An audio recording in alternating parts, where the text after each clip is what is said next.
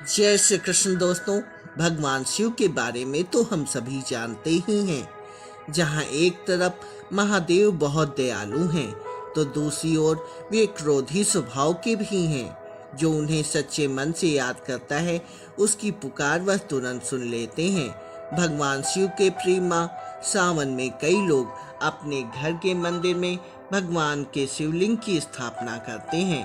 अगर आपने भी अपने घर में भगवान महादेव के शिवलिंग को स्थापित किया है या स्थापित करने की सोच रहे हैं, तो आपको कुछ बातों का ध्यान रखना बहुत जरूरी है।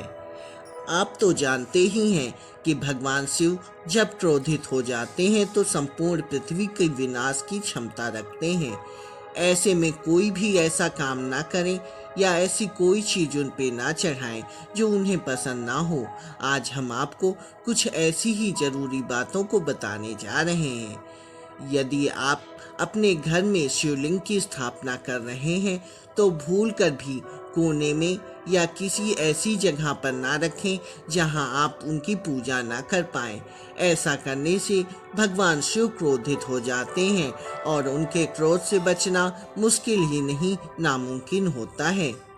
दोस्तों, जैसा कि आप सब जानते हैं, हल्दी का इस्तेमाल औरत अपनी खूबसूरती बढ़ाने के लिए करती हैं।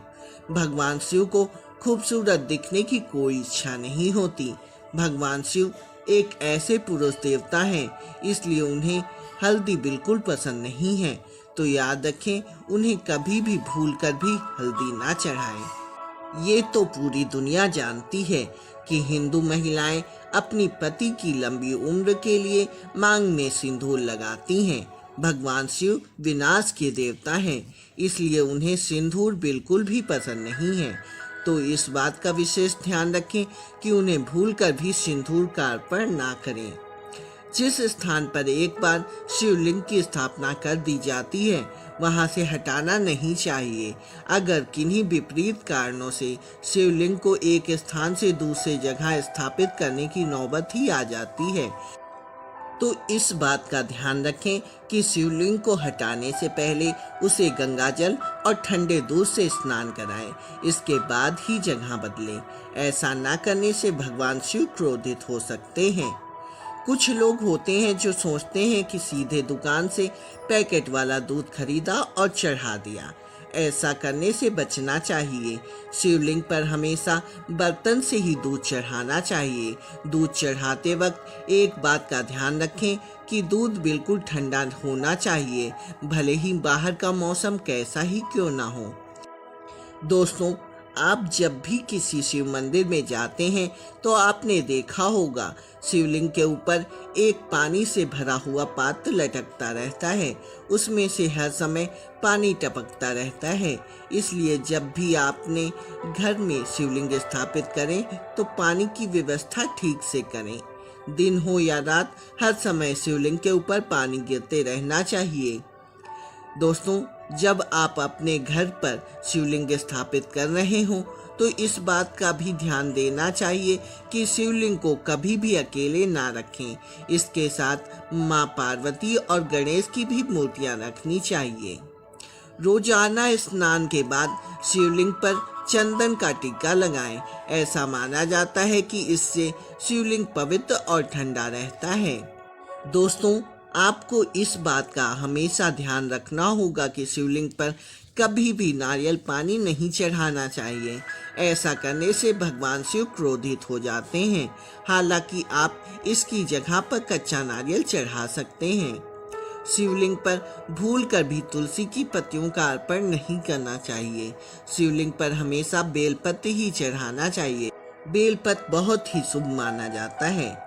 बेल भगवान शिव को बहुत पसंद है। ऐसा माना जाता है कि यह फल चढ़ाने से इंसान की उम्र लंबी होती है।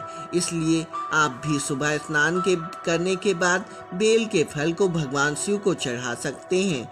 इससे आपकी उम्र लंबी हो जाएगी। कोई भी पूजा शुरू करने से पहले शिवलिंग पर पंचामृत जरूर अर्पण करें। पंचामृत दूध, गंगाजल, चीनी जैसे 5 चीजों से मिलाकर बनाया जाता है। जब बात फूलों की हो, तो भगवान शिवलिंग पर सफ़ेद फूल ही अर्पण करने चाहिए। कहा जाता है कि सफ़ेद फूल भगवान शिव को सबसे ज़्यादा पसंद हैं।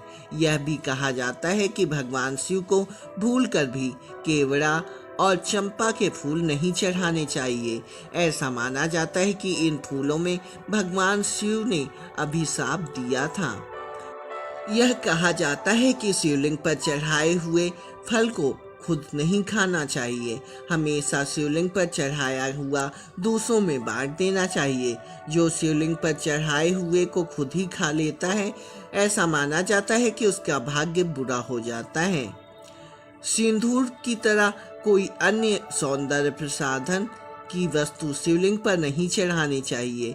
ऐसी चीजें केवल मां पार्वती की मूर्ति पर ही अर्पण करनी चाहिए।